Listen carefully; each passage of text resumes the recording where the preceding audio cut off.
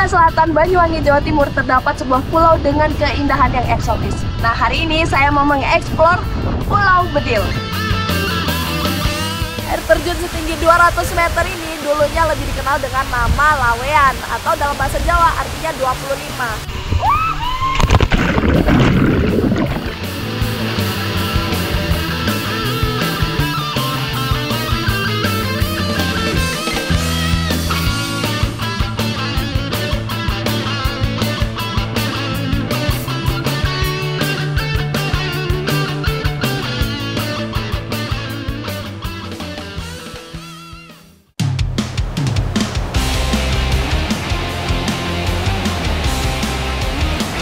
Kumpulan pulau-pulau kecil dengan cincin buih ombak yang memutih di sekelilingnya bukan hanya terdapat di Raja Ampat, Papua Barat Daya.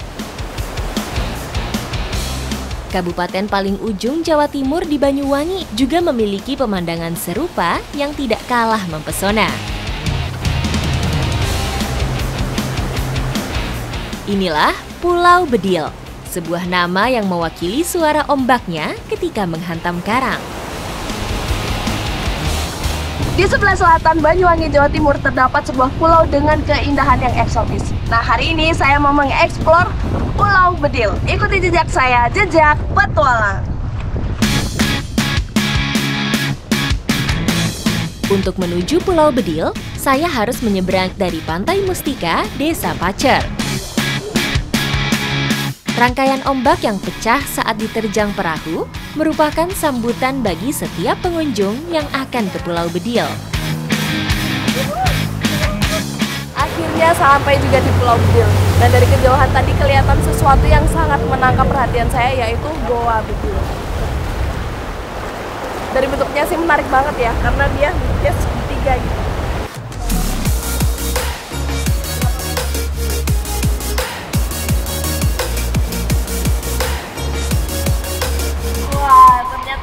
Goa Bedil ini ada lagunnya, tapi selain itu di sebelah sana ada jalan lagi. Pokoknya saya mau menyusuri goa ini bersama teman saya Mas Ical. Let's go!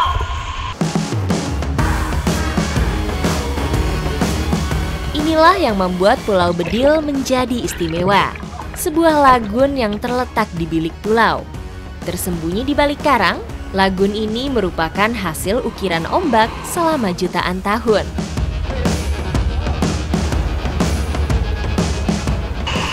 Jadi di sini ombaknya semakin pasang, dan kalau semakin kencang juga ombaknya datang, kita harus benar-benar jaga keseimbangan kita di atas batu ini. Suara dentuman ombak saat menghantam karang, itulah yang menginspirasi nama pulau ini. Saat ombak besar menabrak goa kecil di sebelah saya ini akan menimbulkan suara seperti suara senapan, jar gitu. Makanya kenapa goa ini disebut Goa Bedil. Karena bedil itu dalam bahasa Jawa artinya senapan.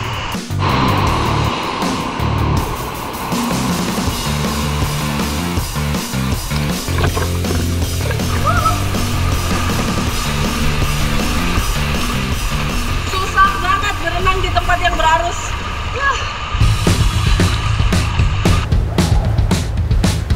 Aktivitas yang sedikit memacu adrenalin merupakan pengalaman yang didapat saat mengunjungi Pulau Bedil.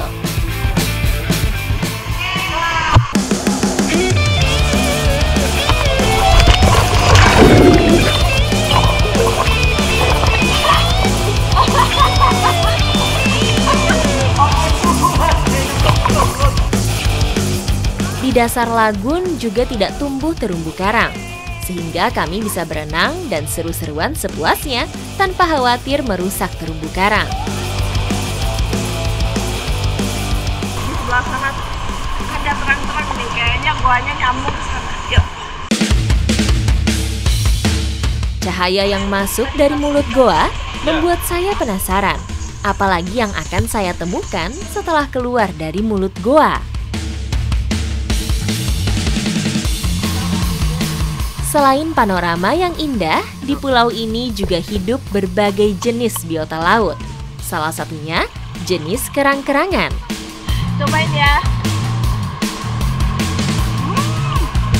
banget. Seafood paling enak itu adalah seafood yang fresh langsung dari lautnya. Memanfaatkan oyster cukup mudah. Kita bisa memakannya langsung tanpa harus memasaknya terlebih dahulu. Makanan segar ini cukup untuk mengganjal perut kami setelah hampir seharian bermain dengan air.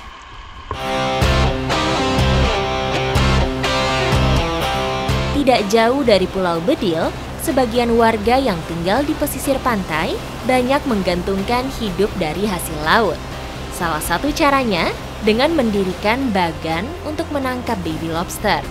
Berbekal izin dari lembaga yang berwenang, nelayan di sini mencari baby lobster hingga ke tengah laut. Sekarang saya udah ada di bagian selatan dari Pulau Bedil dan udah ada di atas bagan baby lobster. Nah, sekarang kita mau tarik dulu baby lobsternya buat dilihat ada atau enggak ya Pak. Kita tarik jaringnya yuk. Dipasang di tengah laut, bagan yang saya datangi sepanjang waktu terus terombang-ambing ombak. Bahkan cukup sulit bagi saya untuk berdiri di atasnya. Ini talinya putus atau mungkin karena efek dari arus yang terlalu kencang. Ini bisa dilihat ombaknya juga kencang banget nih. Kita harus jaga balance di atasnya. Ada yang ini kan? Yeay! Di laut dengan ombak yang sangat besar ini biasanya kan dalam banget. Nah, talinya ini panjangnya bisa mencapai 20 meter. Arus yang kencang menjadi kendala bagi pemilik bagan di sini. Seringkali bagan dan tali yang mereka pasang putus dihempas ombak. Waring ini setelah dipasangin bunga semen, itu biasanya akan diturunkan dan ditinggalkan semalam. Besok paginya baru akan diangkat. Bunga semen adalah bekas bungkus semen yang dibentuk menyerupai bunga. Hasil kreasi nelayan di sini demi meraih baby lobster. Nah, untuk menangkap baby lobster di sini kenapa menggunakan bunga semen? Karena dia itu bentuknya menyerupai rumahnya di habitat asli, dan ini sebagai media juga untuk baby lobster dan hewan-hewan kecil lainnya untuk berlindung dari predator. Selain bunga semen ini, ada satu hal lagi yang bisa menjadi daya tarik para ikan-ikan kecil dan udang lobster kecil itu untuk berlindung ke sini, yaitu nih, lampu. Jadi biasanya para nelayan datang ke atas bagan selain untuk panen, nah untuk mengganti baterai dari lampu ini. Lampu LED merupakan alat bantu yang dapat memancing atau mengundang baby lobster datang ke bagan. Nah, kalau udah selesai diambil, kita kembalikan lagi ke bawah, besok pagi dicek lagi. Menurunkan tali netnya juga harus pelan-pelan supaya tidak merusak jaring. Nggak semua baby lobster itu bisa dipanen karena ada beberapa kriteria yang memang harus dirilis kembali karena untuk melestarikan populasi lobster ini. Nih contohnya, kalau yang boleh dipanen itu yang usia 1 minggu ke bawah, ciri-cirinya masih bening kayak gini. Kalau udah di atas 1 minggu, udah mulai muncul warna-warnanya, ini harus dirilis. Kebanyakan baby lobster yang dipanen dari tempat ini diperuntukkan untuk ekspor. Upaya memanfaatkan hasil laut dijalankan nelayan di sini dengan pengawasan dan izin resmi. Mereka menyadari potensi laut merupakan warisan alam yang harus tetap dijaga dan diwariskan ke generasi selanjutnya.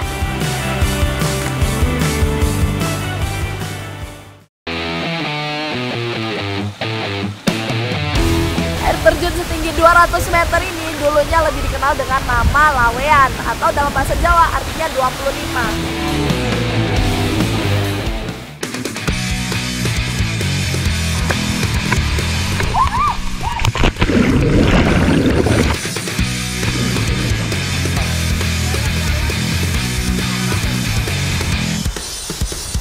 Di Kabupaten Probolinggo, pesona dan kemegahan air terjun Madakaripura seolah membawa saya ke negeri dongeng. Cuaca panas di Probolinggo emang paling pas buat main air. Nah, hari ini saya bersama Anin mau main ke air terjun Madakaripura. Ikuti jejak saya, jejak petualang. bias air yang terbawa angin menerpa tubuh kami berdua, seperti memupus terik matahari hari ini. Untuk menuju air terjun utama, kita harus trekking dulu sejauh kurang lebih 1,5 kilometer ya. Selain itu kita juga harus melewati 5 air terjun kecil ini yang menyerupai hujan. Dan di sini airnya dingin banget. Menjadi salah satu air terjun tertinggi di Indonesia, Madakaripura memiliki deretan tebing yang membentuk relung. Air yang keluar dari celah batuan jatuh terurai seperti tirai. Lingkungan seperti ini juga menjadi rumah bagi berbagai biota. Di sini tuh emang airnya dingin banget dan kita nggak bisa nemuin banyak ikan. Tapi uniknya nih, di sini tuh masih ada banyak kecebong atau anak katak. Nah, ini menandakan kalau alamnya itu masih terjaga banget dan airnya sangat-sangat bersih. Berbagai jenis fauna penghuni Madakaripura mengisyaratkan keseimbangan ekosistem yang masih cukup alami. Wah, akhirnya kita sampai juga ke air terjun Madakaripura. Keren banget ya. Air terjun setinggi 200 meter ini dulunya lebih dikenal dengan nama Lawean atau dalam bahasa Jawa artinya 25. Karena air terjun ini berasal dari 25 aliran air terjun lain yang ada di sekitarnya. Keren banget ya.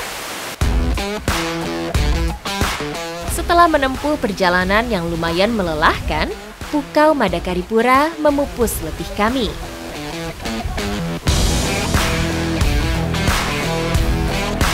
Madakaripura merupakan rangkaian kata yang memiliki arti tersendiri. Mada berasal dari nama patih Gajah Mada. Kari artinya tempat peninggalan, sedangkan pura berarti semedi. 3 kata yang cukup mewakili keagungan dan kemurnian suara alam di tempat ini. Sekarang saya dan Anin mau main air terjun. Tapi kalau yang di sana tuh nggak bisa dimainin karena dalam kolamnya itu mencapai 20 meter. Jadi bahaya banget. Nah, kalau yang ini bisa nih. Kita sekalian berrelaksasi. Yuk.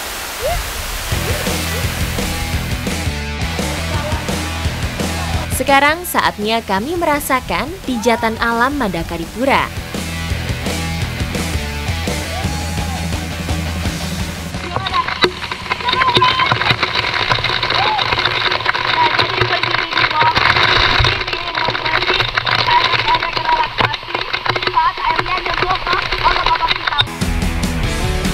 Madakaripura memiliki 2 aliran air terjun. Air terjun kecil ini berasal dari celah bebatuan tebing, sedangkan aliran yang besar berasal dari sungai utama. Saya sekarang ada di atas batu yang tingginya sekitar 3-4 meter, jadi saya mau mencoba loncat.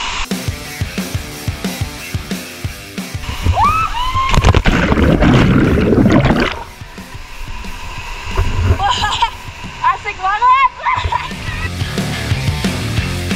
Cliff jump atau lompat dari batu juga menjadi daya tarik lain di Madakaripura.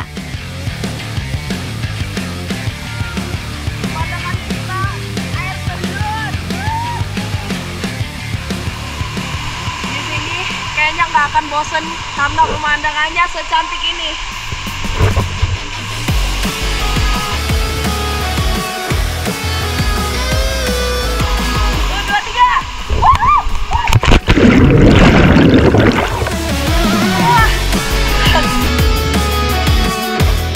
Madakaripura, sebuah hadiah alam yang tidak hanya menakjubkan, namun memberi cerita baru dalam petualangan saya. Pas banget nih, habis dingin-dingin main air terjun, sekarang kita menghangatkan badan, sekalian juga kita mau bakar ayam. Setelah hampir seharian menyusuri dan menikmati Madakaripura, sekarang waktunya kami mengisi perut. Makanan hangat cocok untuk memupus suasana dingin di tempat ini. Cara paling benar untuk menutup petualangan kita hari ini adalah dengan makan makanan yang hangat. Ikuti jejak saya, jejak petualang.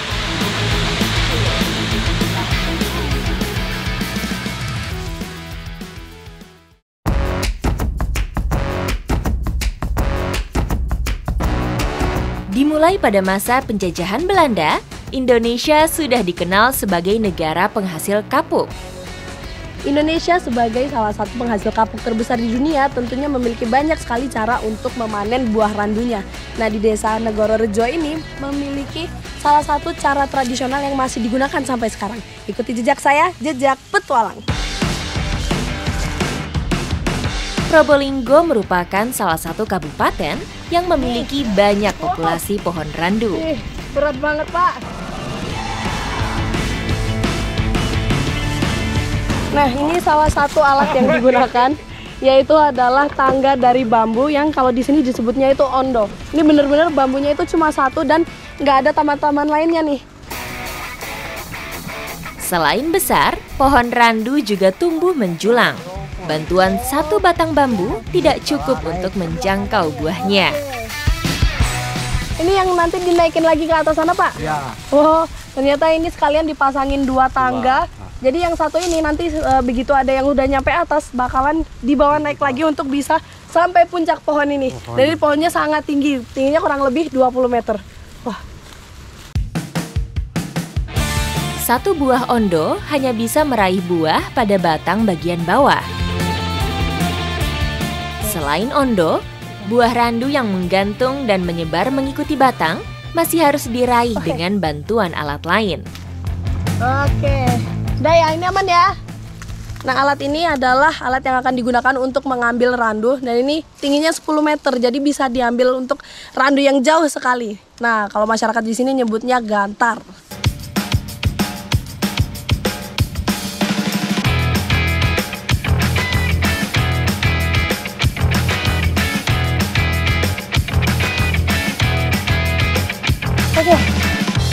Setelah berada di atas pohon, para pemetik buah selanjutnya memanfaatkan gantar untuk menjangkau buah yang berada di ujung batang. Ternyata meskipun kelihatannya sangat simpel menggunakan alat tradisional, tapi prosesnya itu sangat-sangat tidak mudah. Berada di ketinggian sekitar 5 meter dari tanah, saya harus pandai menjaga keseimbangan sambil menggunakan gantar. Kalau udah nyampe di atas sini itu enaknya kita bisa ngelihat di mana aja ini randu-randu yang mau dipanen. Nah, kriterianya itu yang sudah kering. Kalau sudah kering itu isinya udah pasti kapuk.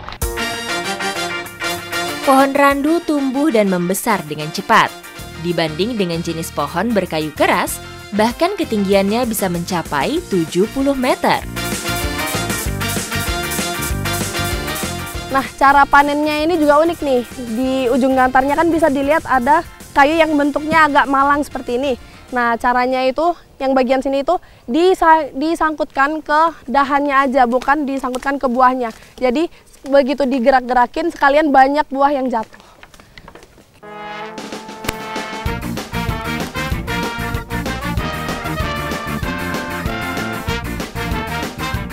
Oh, kejatuhan. Nah, biasanya kalau dalam satu pohon ada lebih dari 2 atau sekitar 3 orang yang panen, itu posisinya harus mencar. Jadi kalau misalnya udah dipanen, buah-buah yang jatuh ini nggak sampai mengenai teman yang lainnya.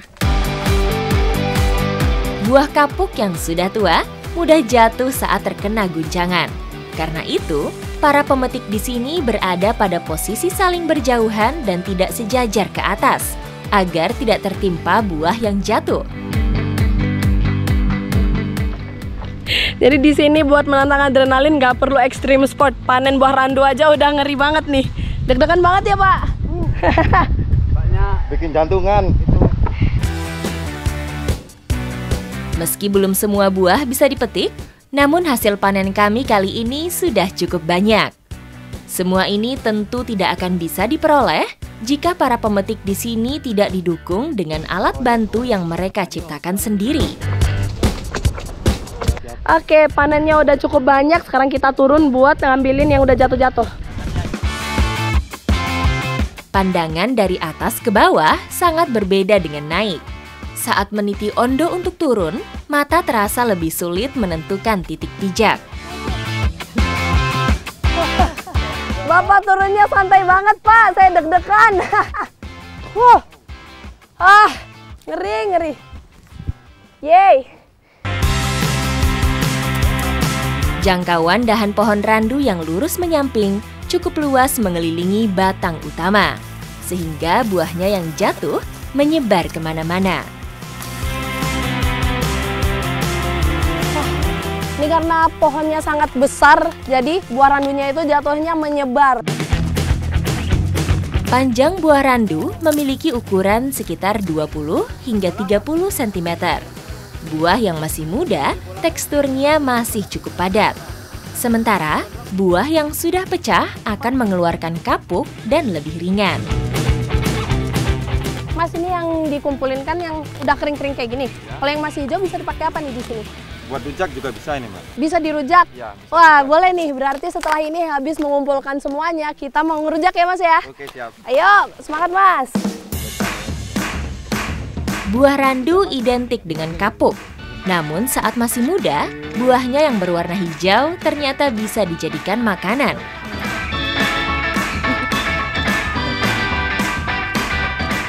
Nah, buah randu yang masih muda ini mudah banget untuk dibelah dan dibikin menjadi olahan. Kalau di sini namanya rujak loco. Jadi itu dihancurkan dulu dalamnya, kemudian dicampur dengan bumbu rujak yang udah dibikin nih. Nah, kalau udah ditumbuk sampai halus kayak gini, baru deh bisa dimakan. Dan cara makannya pun juga unik nih, langsung disendokin pakai kayu yang dipakai buat numbuk tadi. Saya coba ya.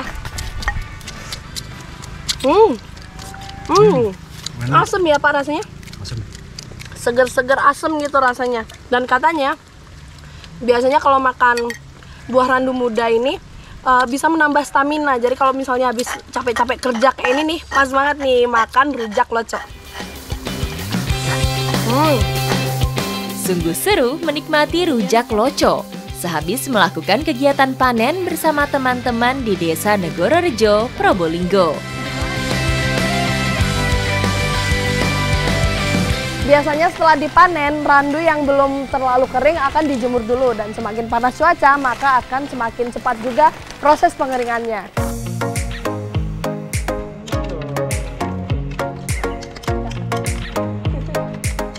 Setelah kering, biasanya ada biji-biji yang masih menempel di kapuknya. Nah, ini adalah proses pemisahan menggunakan alat tradisional yang namanya gledek.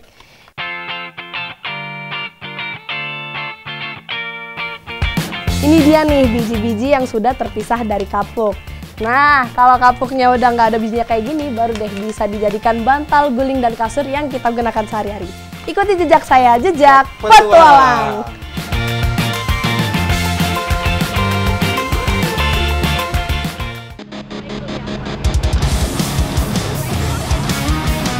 Provinsi Jawa Timur menawarkan beragam arena petualangan, bukan hanya panorama alam.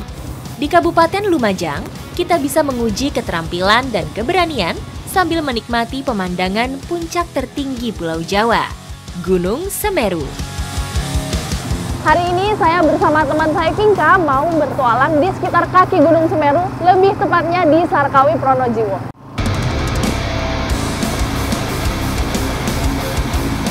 Dengan latar alam gunung tertinggi nomor 3 di Indonesia, saya mencoba melalui jalur sungai yang ada di bawahnya. Kendaraan beroda 4 ini bisa melibas segala medan, tentu dengan teknik dan trik yang berbeda dalam setiap jalan yang dilalui. Seperti aliran air yang sedang saya libas kali ini. Ini medannya bervariatif juga nih, ada yang pasir, ada yang kerikil. Nah, kalau jalurnya nggak rata seperti ini, kita tinggal mainin gas aja, jadi nggak perlu digas terus. Semburan gunung berapi aktif Semeru melontarkan material vulkanik yang akhirnya membentuk kontur permukaan di bawahnya. Mantap banget. Tapi jalurnya emang cukup menantang ya. Karena jalurnya itu tiba-tiba lurus, terus tiba-tiba ada batu besar. Jadi kita harus pintar-pintar menghindarin batunya. Tapi justru itu yang bikin seru ya. Kita lanjut yuk.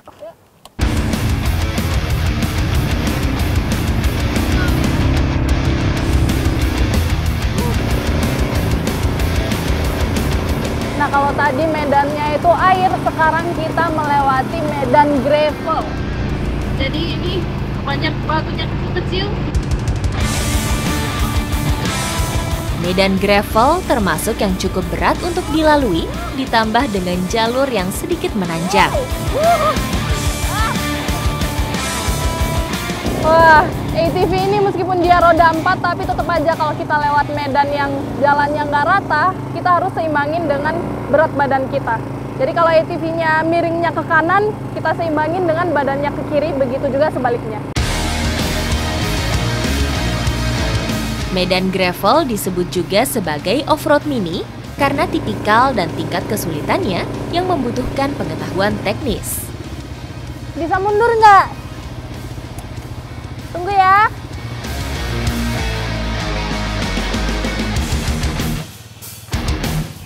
Kenapa? Mundurnya stuck. Wah. Netralin aja dulu ya. Aku tarik mundur. Arahin. Oh, bisa. Maju. Wah, awas. Oke. Nah. Akhirnya.